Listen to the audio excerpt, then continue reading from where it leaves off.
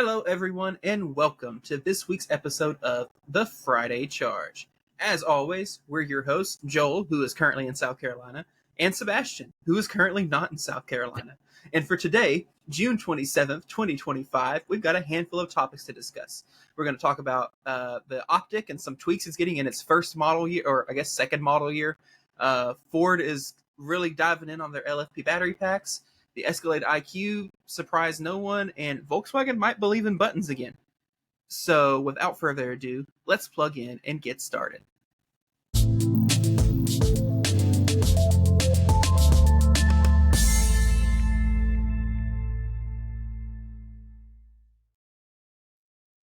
All right, let's jump into our first topic of the night. Cadillac is tweaking the Optiq for 2026, so my favorite car right now, probably, is receiving a host of tweaks for the 2026 model year. For starters, as previously mentioned when we talked about the Optiq V, the regular Optiq will also be switching to a NACS port. For 2026, Cadillac is also making the car standard with rear-wheel drive now, versus all-wheel drive as of the 2025 model year. The rear-wheel drive car will have 315 horsepower, and there will now be an upgraded all-wheel drive variant with 440 horsepower. For reference, the 2025 all-wheel drive cars had only 300 horsepower. All cars keep the 85 kilowatt-hour battery pack, and the charging speeds seem to remain unchanged. All versions continue to come standard with Super Cruise, but for 2026, Super Cruise can now integrate with Google Maps, allowing the car to pick the best lanes for the route you're driving, as well as automatically adjusting its set speed based on speed limits on route. I believe this also means the 2026 Optiq is going to gain hands-on lane centering that was featured on the 2026 Vistiq, which, gives it the ability to do basic lane centering without being on a pre-mapped highway, which is welcome to 2019, 2018 Yep. GM. Welcome Glad you made it. Welcome to So yeah, this is just a bunch of little tweaks really for the Optiq, but it's cool to see that they're already iterating at this point, considering this is only the second model year for the Optiq. I'm not gonna lie, I'd be happy if I had a 2025 Optiq, it's a good car. But if I had just bought a 2025 Optiq, you'd be pissed. And then found out that I could get a rear wheel drive model and have more power and more range, or I could still get an all wheel drive model and have an extra 140 horsepower. In addition to getting better Super Cruise and things like that, it would be a little, dang it, man. Yep. So surprising reading this article that I did not know, that in the first quarter of it's sold more than Mercedes-Benz, Genesis, and Lexus in the first quarter of 2024. That's kind of shocking. GM and Cadillac have been doing really well. They're not Tesla yet. We're not to Tesla levels, but they're doing not many people are pretty dang good for themselves. Yep. All right, moving on. Let's talk about Ford and their LFP batteries. So Ford this week shared that they are on course to begin producing LFP batteries here in the US starting next year, which will be a huge, big, massive deal for their upcoming cheaper EV models. Ford initially announced this factory roughly 2 years ago and has invested $3 billion into the plant. Ford is licensing LFP tech from China's CATL, but Ford is quick to point out to you that they are responsible for all manufacturing in this situation. Ford expects this factory to add around 35 gigawatt hours of LFP battery capacity. The factory will employ roughly 1,700 people. Ford is expecting this LFP plant to be the secret sauce behind their upcoming cheaper vehicles. Ford has also stated that their new low-cost EV platform will support 8 different body styles that include truck, crossovers, sedans, etc. Their first EV on this platform is expected to be a truck, and it is expected to be a similar size to the existing Ford Ranger. So this is cool. Happy to see that we might actually be finally getting some onshore LFP battery pack manufacturing, so that maybe we can start, because LFPs really seem to be kind of, every cheap EV is using an LFP pack. They're cheaper or whatever. Only reason we're not doing it currently is because of importing from China is expensive, especially now with tariffs and whatnot. Yep. It's if we can start building them here. I think this is the next step in being a big boy EV manufacturer. So you've got the manufacturing down, you got that process down. Now let's start making our own batteries, because hopefully that drives down the price of the car. That's what you're ultimately hoping. If you can make your own batteries, you can drive down the price of your car. You're not worried about do we have tariffs, do we don't have tariffs, do we have 100% tariff, do we have 20% tariff, do we have 50% tariff, depending on what day the wind blows. But yeah, so huge shout out to Ford for taking these steps to doing that. They seem to be going all in with this LFP technology. We just recently drove a 2025 and reviewed a 2025 Mustang Mach-E with the LFP batteries in it. So kudos to Ford. Glad they're doing that, and hopefully we'll see other manufacturers start doing that as well. Yeah. Also, kudos to Ford that they are still like pushing through and soldiering and full speed ahead on this, considering the current administration issues and kind of general dislike for China and Chinese manufacturing and stuff like that. Because there probably is a pretty decent stink about Ford licensing Chinese tech for this. Yep. But Ford is, as I mentioned, they're pretty adamant. It's like, yes, we technically are getting the tech from, like, we're getting the plans and schematics, but we are building this. This is American jobs. This is American manufacturing. This is, and so good on them for kind of pushing through the current political landscape and continuing with these, with their plan. And that's because Ford for 100 years now has been a car manufacturer, not a battery manufacturer. So you got to start somewhere. You can't build it from the ground up. Like, look what happened with GM. They thought we could build it from the ground up and evidently just build on those plans with their Ultium platform. So, I mean, get information from someone and use it to build your own plant. I got nothing wrong with that. Yep. Speaking of GM and Ultium, the Escalade IQ has unsurprisingly, to show this, to the shock of no one, has proven that it is the king. The Cadillac Escalade IQ has proven that it has what I will be referring to throughout this as, quote, stupid range. Tom Malogny, host of the State of Charge YouTube channel, as well as several other EV initiatives, posted a 70-mile-per-hour range test of a 2025 Cadillac Escalade IQ. Cadillac claims that this EV has 460 miles of range. However, in Tom's testing, he was able to go 482 miles at 70 miles per hour. When he stopped, the beast was still showing 1% state of charge remaining, which was on the guessometer showing 2 miles. Mm-hmm. The truck showed that it used nearly 223 kilowatt hours of energy on the drive. In the video, Tom shows that nearly 8 kilowatt hours of that was for climate control and DC fast charge preconditioning. So if it was a more pleasant, let's say 60 or 70 degrees out, the truck might have kissed 500 miles. And this little bit cooler outside, it may have done better. So yeah, if it wasn't 80 to 90 degrees outside, if it was 70 to 80 or something like that. Anyway, but yeah, this is just stupid range, okay? Mm-hmm. For those who haven't already done the math in their head, if you drive 482 miles at 70 miles per hour, kudos to Tom. That means he drove for almost 7 hours straight. Did he need an empty one of these? Water bottle. I mean, hey, I have a hard time thinking of a car that would be more comfortable to drive 7 hours straight. Yeah, I'll talk about my experience with that when we're done here, about kind of what I experienced on that trip. So yeah. But also, 482 miles, 223 kilowatt hours of energy.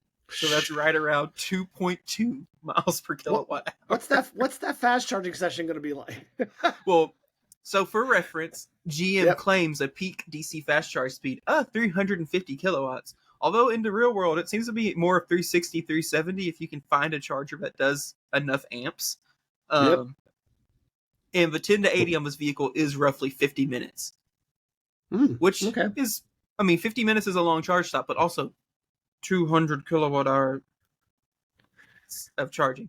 And if you've been driving for 7 hours, you probably do need a 50-minute break. Yeah, and but also it's like with stupid range, as you are about to talk about, and as I can attest to, I'm not 7 hours. No, ma'am. No, sir.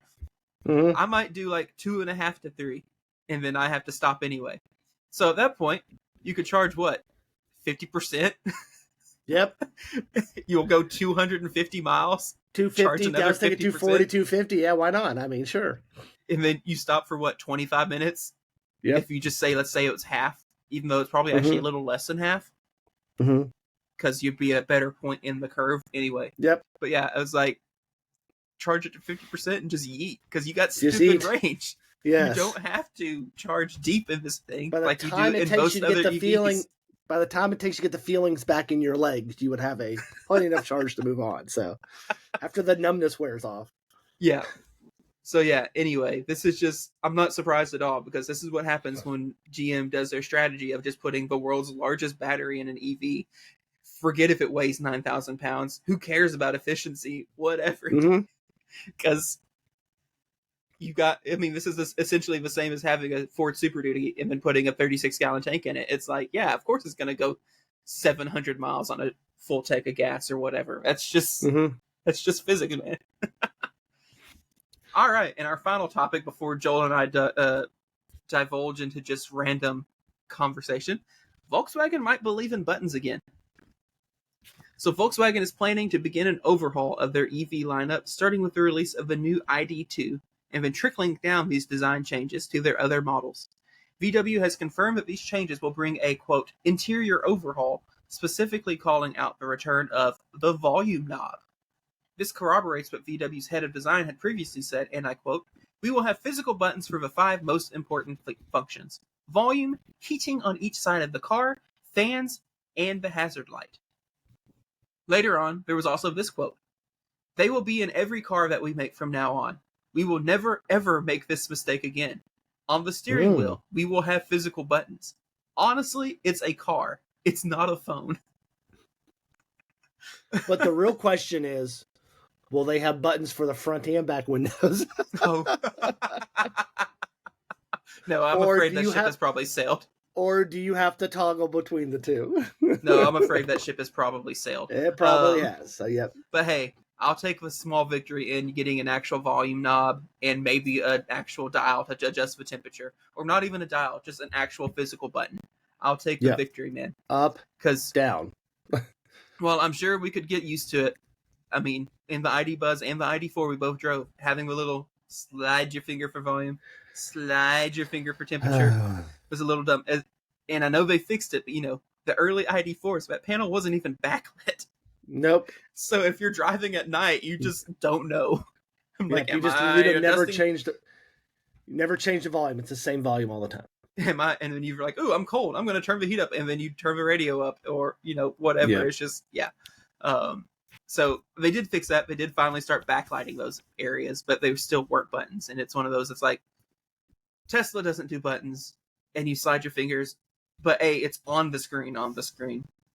And B, Tesla has the knobs you can do it with too. So on the steering wheel, yep. But then Volkswagen, they didn't put it on the screen, and then they also made the steering wheel buttons capacitive. It like vibrates at you. Yeah. Yes. Anyway, this is cool. I'm interested to see if we see more automakers start doing this again, or do we continue seeing more automakers shift to everything being on the screen? Because we're kind of in a weird in-between. And the weird in-between is fine for me. I like having the options to do too, because for someone like me, if we're driving a car, I could use the screen. But someone like my wife, she's going to want to use the buttons. So having both is not a huge deal, and it's probably not very it's not very efficient to take them both out or something. They're probably not saving a whole lot of money in doing that. And it's another thing that goes off. Your screen goes off. You can't just volume, adjust air, and things like that. So it's just good to have. Yeah, because I'm just thinking of like the all the GM stuff we've driven recently that has it on the screen, but also still has physical like climate controls. Yeah. Got the little knob you can turn, things like that. Yeah. And then even like in the Kias, Cadillac. like in the EV9 and EV6, they both have. Well, does EV6 have any way to do climate on the screen? Not in mine. You have to go. You have to do the weird panel. I think you have to do the weird panel. You got to hit the button between the little arrow and the panel and do all that. Yeah. Yeah, I think Ioniq 5 you can do it on the screen, but you also had physical buttons. We don't have the time on this podcast to get me started about Kia software. We don't have the time. I'm sure we've already had this discussion before. We've had this discussion numerous times. Basically, it sucks, but they've done it with their new. It's a CNC. What's it called? The new platform? CCNC platform. They made improvements, but their old one was not good. Still not great, but we'll take baby steps. So yeah, I think it'll be interesting to keep watching this trend. We've seen Ford already kind of move into the mixture. Mm-hmm. Like on the vertical screen F-150 Lightnings and Mach-E's, where it's on the screen, but you also have the big dial on top of the screen that's context aware. And so yeah, I just think it'll be interesting to see kind of what direction each automaker chooses to go. Volvo's gone all digital. Yeah. Sorry, I'm just now thinking in my head of like who's using buttons now. I think Volvo and Tesla were the ones who have pretty gone much all digital. And I like it too because, especially if my 16-year-old son gets in the car and hops in to drive it, I don't want him fumbling through a screen while he's driving to figure out volume and temperature controls. I just want him to have it right there so he can do it. Yeah. But anyway, all right, Joel, you said you had a story. So yeah, so as Sebastian mentioned at the start of the podcast, I am visiting family in South Carolina. Me and my two boys. Wife stayed behind this time. But the interesting thing about this trip is we had to take a gas car. So my son has a Mazda 3. My Tesla went in the shop to get the AC fixed. That's a whole other story. But it's fixed now, and it was great. Huge shout out to Joe's Garage for fix it. Did not take it to Tesla because, A, they're 2.5 hours away, and they wouldn't give me a loaner. So Joe's Garage, I found it was a certified tested repair center. They fixed it in about I'd say about a week. There was a holiday in there too. So, but we'll probably do a whole episode about that. I can tell about how that turned out because there were some things that Tesla was kind of shady on, but we'll talk about that. So we decided to drive my son's Mazda 3. My wife kept the Kia. So originally when we got the Mazda 3, it was a rental car. It was only showing at a full tank about 380. And I knew that wasn't right. I said, that's not right. For a car that could get high 20s to 40 miles per gallon, something's not right here. So filled up the car and 380 or 370 to what it said. And we hopped on the road and drove to South Carolina. We did it in 2 days. Memphis down I-20 and then up to South Carolina through Atlanta. And I noticed when I got to from Little Rock to Atlanta from Little Rock to Memphis is about a 2.5 hour drive. And I noticed I was only down a quarter of a tank of gas. And basically my mileage didn't stop. So I was like, okay, this is going to be a long haul. So I'm going to say, okay, you know what? The kids are back in the back, one kid's sleeping, the other kid's in the backseat almost asleep. I'm going to stretch this out as far as my body can handle. I'm 47 years old. I'm going to stretch it out as far as I can go. Literally, I made it a little over 3 hours before I started getting some tingling sensation in my left leg and hip. It was starting to hurt. So I had to get out. So 3.5 hours at 70 miles an hour. So what is that? Like 210 miles, 220 miles. That's what I'm guessing. So that's quick math. It's Arkansas math. And 210. So, yep. So I had to get out. There was no, and then the kids were getting antsy too. They wanted to get something to drink and some candy and a candy bar. So that seems to be the most. Now, the nice thing is if I was doing that trip all in one day, which is 12 hours, if I have timed it perfectly, I could probably get away with just one fill up because when I filled it up again, when it was empty, shot up to 480 miles of estimated VPA range. So I'm like, okay, now I got an extra 100 miles here that I didn't know about. So, it was just the old range. And I cleared out the settings too, because, you could go in there and do that, clear out the EPA estimated range or the estimated mileage and start over again. But I averaged 40 miles, 38 to 40 miles a gallon the entire trip. Isn't that nice? Yes, that's very nice. However, these people that say I want to go 6 hours on a tank, that's fine. My body cannot last that long. Right. I found that out on this trip. In fact, I had to buy a padded seat from Amazon on the way back just to see if I could stretch because we're doing it on the way back. We're going all in one day. So 12 hours all in one day. And my son will help drive too a little bit because he can drive now, but he's new. So there's not much he can drive. I mean, he's a new driver, so there's not much I'm comfortable with him driving. So I had to go out and buy a padded seat. It'll be here tomorrow. So I have that on the way home. Hopefully I can stretch maybe 4 hours without having to get up. I mean, that's what I'm hoping. I try to make it from tank to tank, but that's not happening. I can't go like 5-6 hours. That's not happening at all. So, yeah, that was my experience driving a gas car home. It was a smaller gas car. It was fine. I mean, I like gas cars. I'm not totally against them. I just prefer EVs. But it wasn't bad just taking a trip home in a gas car and not having to worry about charging and things like that. Would I do that again? I don't know. Probably not. If I would have my Tesla, I probably would have brought it. Yeah. So I also went on a trip this weekend and had a similar experience to you. I didn't take a gas car, though. I took my Bolt. I could have taken a gas car. I took the Bolt. And you're let's preface this. I got 30 years on. I got 20 years on Sebastian. So let's preface it with that. So and he should be able to go 6 hours then without having to get up. If I can go 3, so so let's see what happened. So left my house. I had a semi-busy day. The day we were supposed to be leaving, I ended up having to go up to Little Rock, come back home, get stuff together, then leave the house. So by the time I left the house, my car was only at like 85%. I didn't get to get it to full 100% after I had done the commute back and forth. But 85%, that's fine, whatever. Mm-hmm. I got a better route planner set up. It had given me a route. It was told me it was going to be a one-stop trip, and it was guessing like 20 minutes of charging. Mm-hmm. Cool. Now it's only Google Maps says it's only 230 miles from my house to Fayetteville. Which, because it's a Bolt, that's why it's a one-stop trip. Most cars could do that without stopping. That said, there is some elevation change because you have to go up in the mountains to get there and stuff like that. But still, if it wasn't a Chevy Bolt, wouldn't have probably had to stop. Anyway, I'm not gonna lie to you. Let me butt in real quick. I could make that trip probably my Tesla Model Y or my Kia, but with the elevation change, I'm scared to because once you pass that one charging stop, there is no more till you get to your destination. So right, totally understand that with the elevation change. Go on. Yeah. So anyway, so it told me I was going to stop in Ozark. Cool. That's like 2.5 hours in from my house because Ozark's about an hour from Fayetteville if my mental math is working. Didn't make it to Ozark because I got to the point I was about Clarksville, which is about 2 hours from my house. And I have a 2-year-old. She's almost 3. I have a 2-year-old. She was getting antsy. My butt hurt because as a Chevy Bolt owner, and if anyone listening has a Chevy Bolt, they can attest to what I'm about to say. Those seats are not designed for you to sit in them for a long time. They are very thin. They don't have a lot of cushion. And like they're not bad. Like they're fine for like my commute and stuff. It doesn't bother me. But like at that point, it was like, okay, I gotta move. I gotta get some movement in, whatever. So we ended up stopping 30 minutes early in Clarksville, and because I stopped early, I had to do a deeper charge. I also missed an exit. And you had some issue with that deeper charge, correct? Not really. It just took a while. Okay. It took because it's a Bolt. It took a while. Yep. Okay, actually, I did have one issue. Yeah. I'm sorry, I lied to you.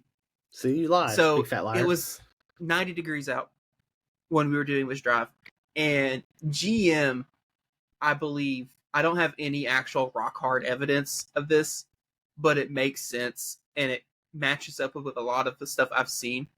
When GM went through and did all these battery pack replacements on Bolts, I'm pretty confident they nerfed the charging when they did it. For high temps, correct? Right. On hot days, yes. Yeah, because the curve I get 90% of the time when I charge that car does not match curves that you see online or you see other people post about on the slightly newer Bolts or people that have never taken their Bolt in to get the battery replaced. Because there's a lot of people out there that do that because they look at it as I've got a 2017. It's already got 120,000 miles on it. Keep driving it for a little while, take it in, get that battery warranty reset at, say it's 150,000 miles to replace the battery. Now I've got a battery warranty until it's got 250,000 miles on it and for another 10 years. Honestly, respect the hustle. Yep. But from what I've seen online, my charge curve and charge curves of the newer Bolts that didn't get new batteries and charge curves of people that haven't replaced the batteries, they don't match up, especially when it's hot. Because I plugged in at Clarksville because I missed an exit and had to go down. You know how the exits are up there. It's not like you can go down a mile, loop around, and come back. No, this is Arkansas. Maybe 5 or 6. Yeah, it was like 10. Yeah. Loop around, Would you have come to go back. to Altus or Alma? What was the next one after that? No, it wasn't that. What was it? No, it wasn't Something that like. far. Let's see, where did I turn around? Russellville. Clarksville's after Russellville, correct? Clarksville's after Russellville. Hold on. I'll remember. It's probably one of those little podunk exit with nothing at it. Yeah. Literally, there was nothing there. That's why I can't remember. Yeah. Anyway, turn around, got back. Ended up getting at the charger at like 12%. Plugged in at 12%. It was at a Walmart. We went in, walked around, stretched our legs, kind of what we were needing to do. I was watching it on the EA app on my phone. And by 32%, I was no longer getting peak speed. Mm-hmm. And it was like a pretty dramatic not getting peak speed situation. Mm-hmm. It was down to like 27 kilowatts. Ew. Not great. Yep. So I walked outside, check cable, like kind of looked at the dispenser or whatever. I could hear cable cooling was still running. I could hear all the fans ripping, whatever. Pulled my OBD scanner, looked at it, and the battery temp had hit. I don't remember what it was. It's like 32 degrees Celsius, something like that. Really? No, not even that high. It was a lot lower than that. It wasn't too high above ambient. Let me do some math real quick. Sorry. Yeah. F. Because it was like. What does it usually do on the charge? So it was like essentially, based on my conversions, it was essentially at ambient temp when it decided to throttle down that hard. It was like 96, 97 degrees Fahrenheit. Okay. And from what I've understand and what I've seen, I'm double checking this before I say it because I don't want to lie to you. Oh, come on. Vehicles. Stop it. Talk amongst yourself. Sorry. So could you have made it to Ozark or not? Yes. Okay, because they're not that far apart. There. I would have been getting there pretty low. Yeah. So from what I have seen, the bolt is supposed to stick right around 50 kilowatts until you get to right about 50%. Mm-hmm. And then it walks itself down from there pretty gradually. Like 60% it's doing 38 kilowatts, 70% it's doing 30. And it just kind of walks itself down from there and then hits 22 kilowatts around 80% and then kind of sits there for a while and keeps walking. Anyway, so typically would hold peak until around 50%. Mm-hmm. Not 30, what did I say? 32%, 33%. Mm-hmm. Anyway, so that charge stop ended up being from like 12 to 67%, took 50 minutes. Okay. Which, as we were talking earlier, 10 to 80 in a Cadillac Escalade IQ, putting in 190 kilowatt hours of juice. It's also that's a lot of time to spend in Walmart in Clarksville. That is a lot of time to spend in Walmart in Clarksville. Because that's basically all there is to do in Clarksville is go to the Walmart.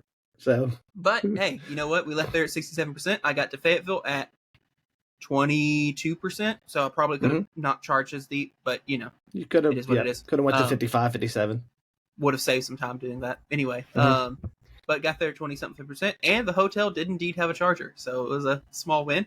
Score! On the way back home, I left Fayetteville at 100%, stopped in Conway at a Tesla supercharger. Same behavior, exact same behavior. So it's not the charger, it's not the charger station, it's the car. Okay. I stopped at like 20. I got there at like 20%, and it was one of those I could have stopped later, but again, toddler was antsy. We needed to get out the car. Plugged in at like 20%, same thing, right around it.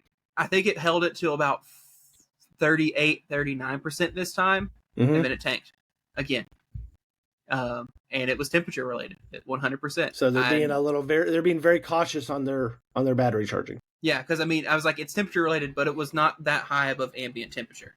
So, anyway, it's fine. It's a Bolt. So you think it was the most recent? I bought it. You knew this, but this is the most recent software update. Because I remember you having this issue last summer when it was hot as hell too in Arkansas. So yeah, but I don't know that I charged it as much at DC fast charging last summer. Because see, that's so. Do you think it was an overall thing, or do you think this was happened recently within an update that was pushed out? Well, I mean, they don't push updates to Bolts unless you go to a dealership and put them in. Yep. I'm assuming this is related to they changed the software when they did the battery upgrades. Gotcha. Okay. Upgrades. Replacements. And so anyway, it was just interesting thing. It was fine. Family had a good time. No one minded being stopped that long, whatever, and it meant we were well rested for the next hour and a half drive. Yep. But I would like to at some point not drive a car that I have to stop for 50 minutes in.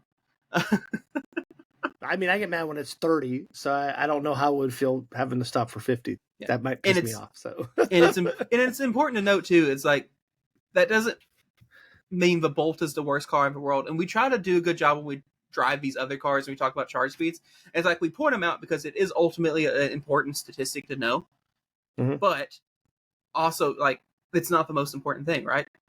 Yeah, because I typically day to day drive like 50 miles which can Yeah. all be done at level 2 speeds, whatever, not a big deal. And I do one don't- big trip a year, and it's this trip here. The other trips at Yeah. the most are 5-6 hours. It's a concert in either Nashville or Dallas. That's the only other big trip, or Austin. That's the only other big trips that we take. And from our house, that's like a 2 or 3 charge stop, so it's not a big deal.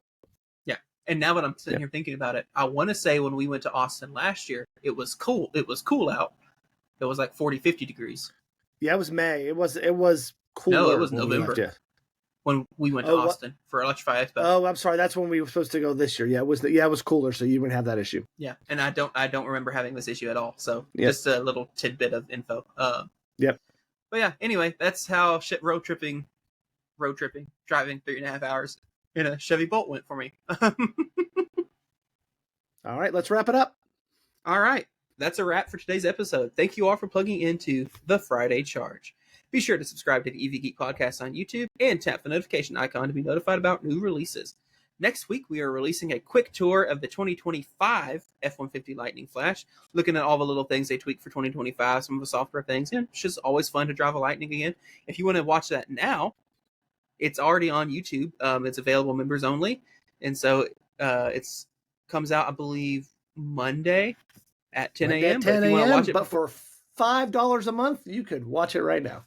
If you want to. And if you want to. It would, it supports us if you want to. Yes, it does. If you don't, that's okay too. Yep. If you guys have any thoughts or questions, be sure to drop them in the comments below because we would love to hear from you. So long, everyone, and we will see you on the next episode of The Friday Charge.